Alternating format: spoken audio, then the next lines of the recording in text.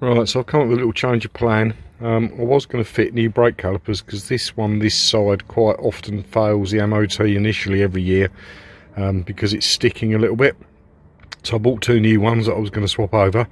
But I've now decided that if I'm going to take this, drop this chassis off, this subframe off next year, next springtime, and refurb that, I'd like to build the whole thing back up again with new calipers, maybe new shocks, or at least get those coilovers cleaned up, maybe put it back to standard. I haven't decided yet. Nothing really wrong with the discs, they're just a little bit rusty, surface rust on them where they've been sitting here for a year or so. So what I'm going to do is I'm actually going to take this brake caliper off and just free it up. So what you need to do is just remove these spring clips, just ping those out there with a screwdriver, that will come out. And then over the back here, just here, where are we, just there, there's a little bung that comes out of there, that pops out, and in there is a Allen key or hex head bolt, which is actually the sliding pin that goes through this bit here, which is the caliper holder, or sorry, through the caliper and then into the holder, which is behind here. There's one there, one at the bottom. We drop those both out and we can slide this caliper off. So I'm going to pop those bolts out now, get this caliper off, and then we'll probably wind it back in, clean the pins up, and have a look and see why it's sticking, just preempt that. Another advisory on the MOT was that the the near side rear brake was also a little bit below efficiency, so I might have a little look at that as well. But rather than try and get an advisory free MOT on it this year, what I've decided to do is just get it through an MOT so I can use it and move it around the lockup, swap it with the Astra, etc. You know, if it's got an MOT with advisories on it, I'm not really bothered for this year. And then that means we're clear all next year, having to worry about MOTs if I wanted to take it any shows or anything like that. And get all this other work done on it, subframe off, probably pop the engine out and try and sort those oil leaks, new cam belt, bits and pieces. So yeah, let's crack on with getting this caliper off and see where we end up. Okay, so remove the little spring, let me get that. Remove the little spring out of there, that way around rather, just pop that out. These are the two little bungs I was talking about, so they just pop out of here, one at the top and one at the bottom. If I get my little inspection mirror out, you should, let me see if I can get that lined up. You can see in there the little hex screw. Don't know if that's focused very well, but yeah, you can see that little hex screw in the lost it again now, where are we, there he is, one at the bottom. So the little hex screw, that's a bit of a weird size, it's a 7mm.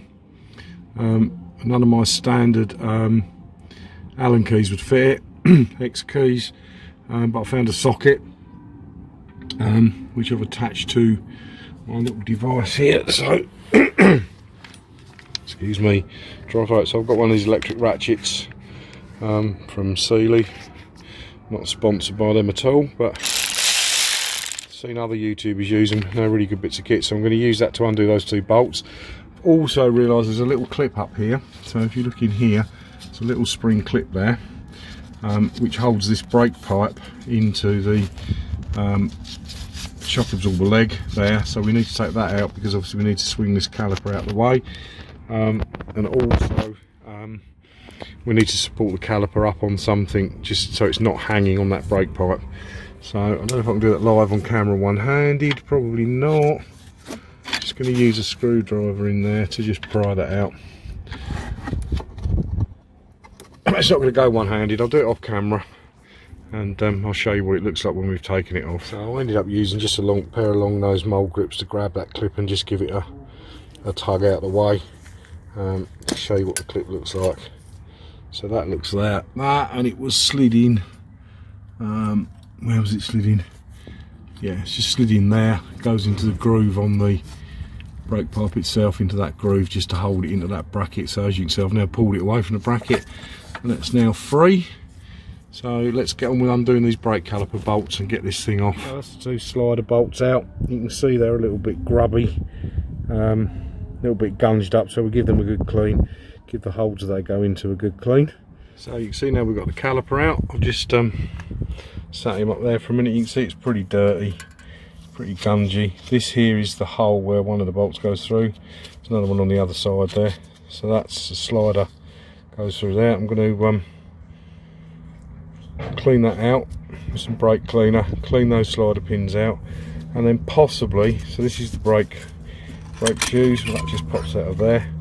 You can see the brake shoes have got a lot of meat on them, again a little bit of surface rust on them, but you can see in there what I'm going to probably do is just force this piston out a little bit, take the dust cover off and clean the back of the piston up, and yeah, hopefully that'll free that off enough.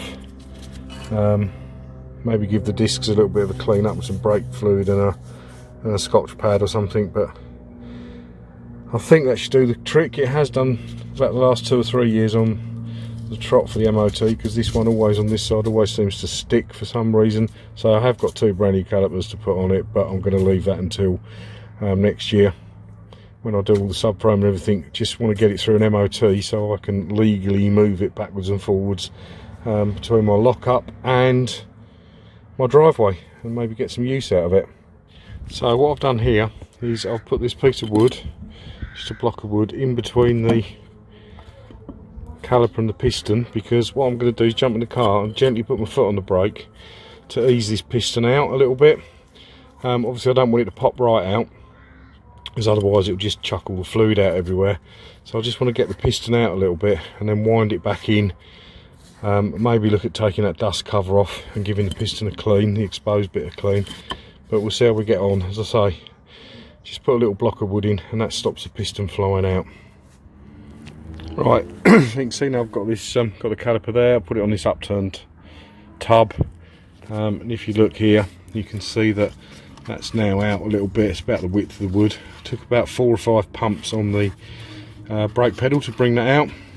So what we're going to do now is give this a bit of a clean up, clean these sliders out here where the slider pins go through, one there and one there. Possibly look at just peeling this, if I can do it without damaging it.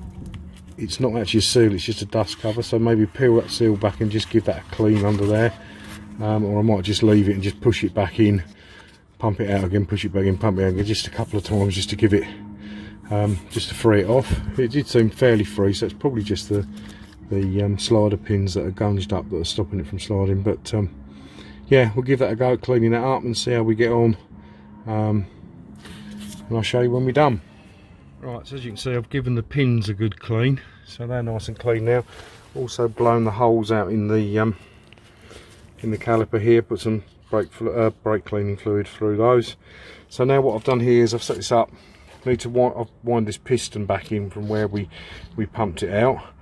What I've done, if you can see round, let's see if I can lift that up, around the back there, I've got a piece of pipe on the bleed nipple and a spanner on it ready to open it, and I've got my wind back tool here ready to push the piston back into the caliper. So the reason that you release the pressure on the brake, on the bleed nipple at the back, is because you don't want any dirty fluid that might be sitting in the back of this brake caliper being pushed back up the pipe, back up into the ABS unit and the master cylinder, because that can cause you a whole host of problems.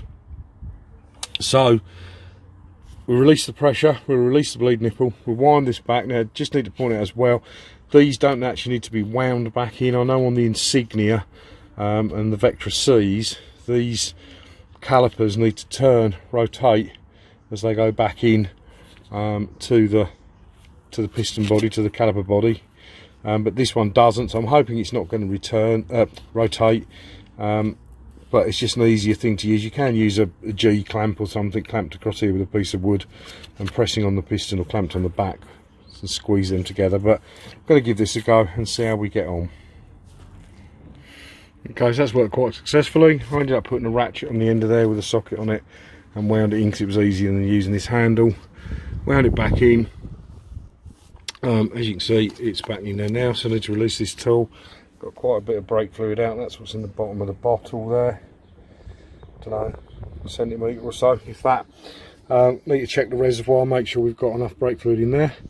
But other than that, I think this is ready to go back on now. So there we have it, all put back together again. Springs in, little clip back in up there. Dust covers back in on the screws, they're all tightened up, bleed nipple tightened up. And that's as much as we can do really. Just fingers crossed that it'll pass the MOT, and we'll stick new calipers in it next year.